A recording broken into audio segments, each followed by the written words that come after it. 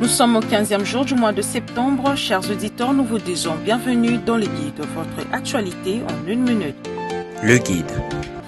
La rentrée des élus démarre sur fond de vives tensions. C'est lundi 15 septembre, marque la reprise des travaux parlementaires. Députés et sénateurs entament la session ordinaire, essentiellement budgétaire, dans une atmosphère sociale, politique et sécuritaire tendue.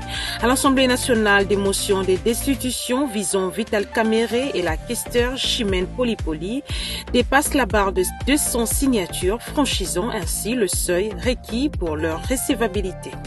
Le guide.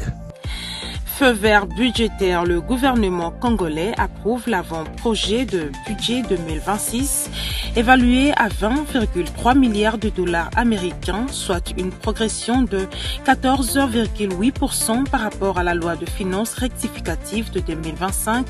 Ce vendredi, le VPM du budget Adolphe Mozito, accompagné de son adjoint, a soumis au Conseil de ministres l'ébauche de la loi de finances 2026, un document qui table sur un budget plus équilibré en recettes et en dépenses. Le guide. Et pour finir, Kinshasa annule tous les actes judiciaires imposés par l'AFC M23. Une décision rendue publique par le ministre de la Justice et garde des Sceaux, Guillaume Gueffa, à l'occasion d'une conférence en marche de la 60e session ordinaire du Conseil des droits de l'homme des Nations Unies à Genève.